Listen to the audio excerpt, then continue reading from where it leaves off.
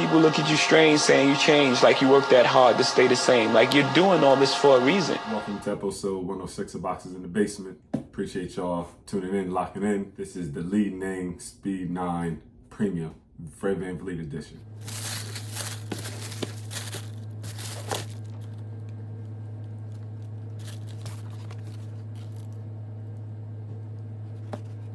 So the actual name is not a name.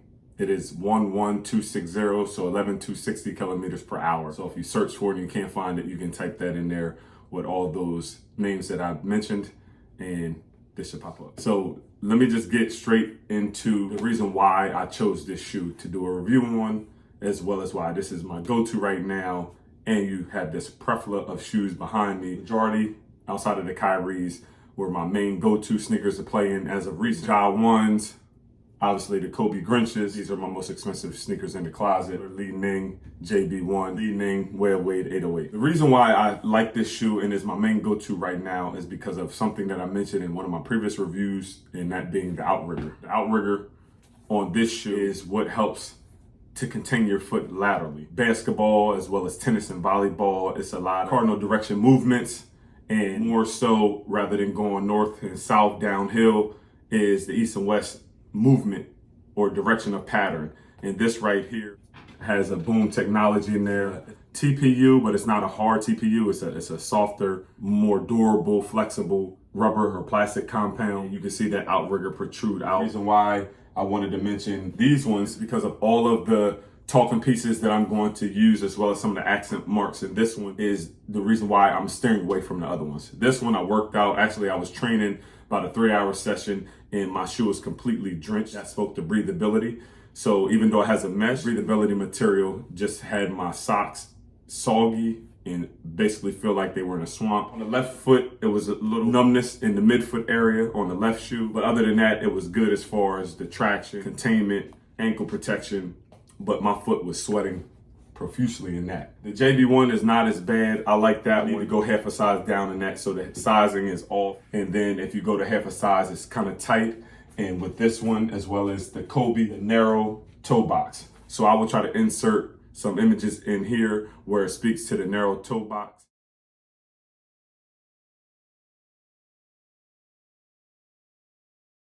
Which push your toes like this. It doesn't help support your foot with your toes being like this. So narrow point toe shoes, I'm not a fan of. It also pronates your shoe. This part, even though it does have a wide base, you can see the outrigger on that is there, that little lip, but it's not as much as some of my other shoes. And you can kind of see this one in here, how that goes out, but then you can see where the shoe stops and how much more material that is. The traction has a circular 360-degree pattern, has that TPU. I don't know if that's a carbon fiber in there, but it is a TPU in the middle. It has light foam, the whole midsole, as you can see.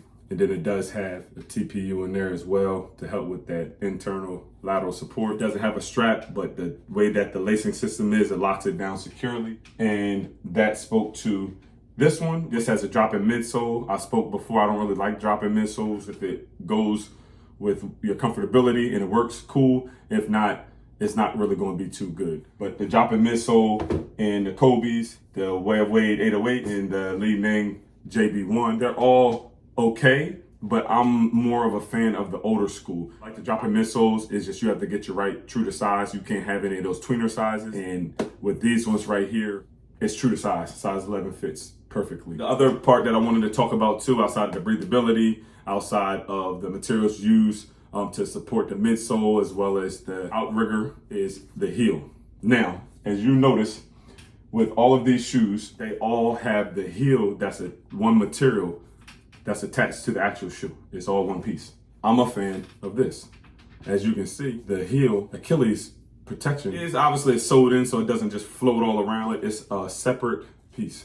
I like that because it gives a pillow tight impression on your heel and on your Achilles, and it also locks in and secures to your ankle a little bit better. Obviously, if this was attached to shoe sole material, it would give you some support and some comfort, but not as custom as this. I did watch a review. I like their geographic location because their demographic is just a lot of outdoor courts. So the sneakers are designed, especially in that area, they design a lot of their shoes for outdoors. And if it holds up outdoors, obviously it's going to hold up indoors. A lot of indoor shoes you can't wear outdoors. Obviously the Curry 9s, you wear them indoors, you got some months out of it. You wear them outdoors, you got some days or weeks out of it. Cat tongue material.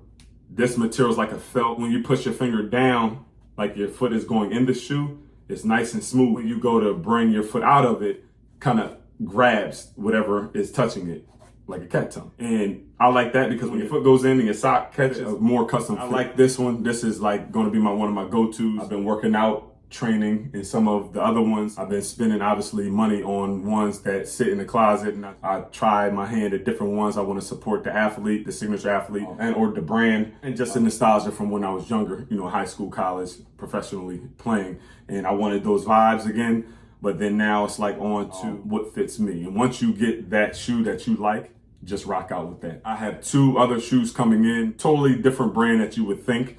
Once I get those, I'm gonna try to do both of them at the same time just to save time on the video episodes. If not, then I'm gonna do 2 separate videos. I'm leaning towards those 2 and these to be my main workout shoe. So shout out to Li-Ning, another stellar job. Episode 106, Boxes in the Basement. Thank you once again for taking the time. Leave a comment, hit the like button, subscribe. Any questions, comments is encouraged. Keep it positive. Until next time, peace.